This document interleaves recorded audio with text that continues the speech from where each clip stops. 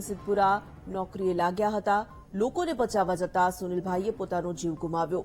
ગોંડલના સત્યપાલસિંહ જાડેજાનો મૃતદેહ પણ પરિવારને સોંપવામાં આવ્યો। ગોંડલના ખરેડા ગામના રહેવાસી સત્યપાલસિંહના પરિવારે અંતિમ સંસ્કાર કર્યા છે। રાજકોટનું જે ગેમ ઝોન ટીઆરપી ગેમ ઝોનમાં નોકરી કરતા યુવકનો જીવ ગયો છે। અન્ય લોકોને બચાવવા જતા તેઓ મોતને ભેટ્યા છે ને 10 વર્ષની દીકરી પોતાના પિતાની રાહ જોતી રહી છે। રાજકોટના એરપોર્ટ રોડ ઉપર આવેલું તેમના મકાનથી અત્યારે ટૂંક સમયમાં જે અંતિમ સંસ્કારની વિધિ છે તે કરવામાં આવશે। આ દ્રશ્યો છે કે અત્યારે આસપાસના લોકો ધ્રુસકે રડી રહ્યા છે, કારણ કે એક દીકરીએ પોતાના પિતા ગુમાવ્યા છે। 10 વર્ષની દીકરીએ આ જેતના યુવક છે તે ત્યાં નોકરીએ લાગ્યા હતા અને માત્ર 15 દિવસનો સમય થયો છે અને જેતના તેઓ અન્ય બાળકોને બચાવવા ગયા અને પોતાનો જીવ જોખમમાં નાખ્યો હતો ને તેમનું મોત છે તે નીપજ્યું છે। જેતના અત્યારે ડીએનએ સેમ્પલ મેચ થતા તેમની બોડી છે તે સોંપવામાં આવી છે અને પરિવારજનોમાં આક્રંદ છે તે જોવા મળી રહ્યો છે। તમામ લોકોમાં અત્યારે અંતિમ યાત્રામાં મોટી સંખ્યામાં અહીંયા લોકો છે તે જોડાયા છે। તે પણ હું આપને દ્રશ્યો દેખાડવા માંગીશ કે જેટના મોટી સંખ્યામાં આજે અંતિમ યાત્રામાં લોકો છે તે જોડાઈ રહ્યા છે। ટૂંક સમયમાં અંતિમ યાત્રાની કામગીરી છે તે કરવામાં આવશે। ત્યારે તેમના ભાઈ અહીંયા છે। શું થાય તમને ને? નાનો ભાઈ છે। કેવી સ્થિતિ દીકરી?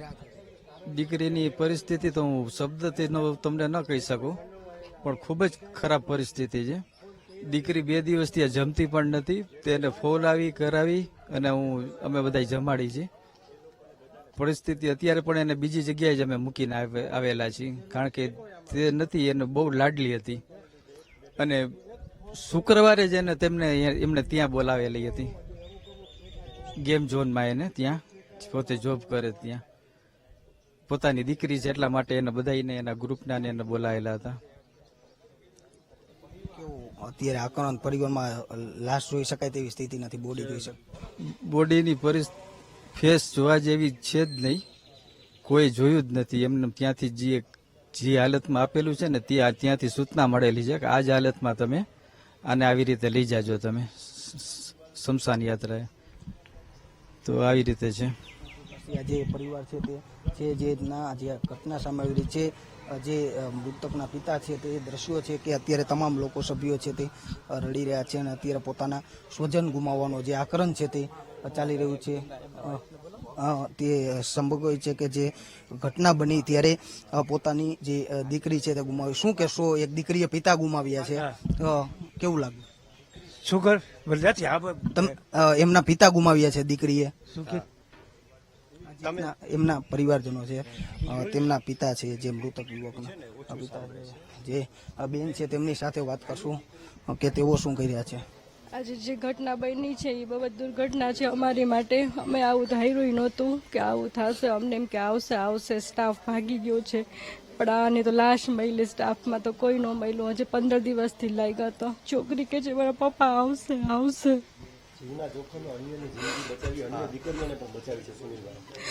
ખબર છે એનું દિલ બહુ દયાળુ છે, અમને એમ જ લાગ્યું કે પોતે જોખમમાં મૂકીને બધાને બચાવ્યું હશે।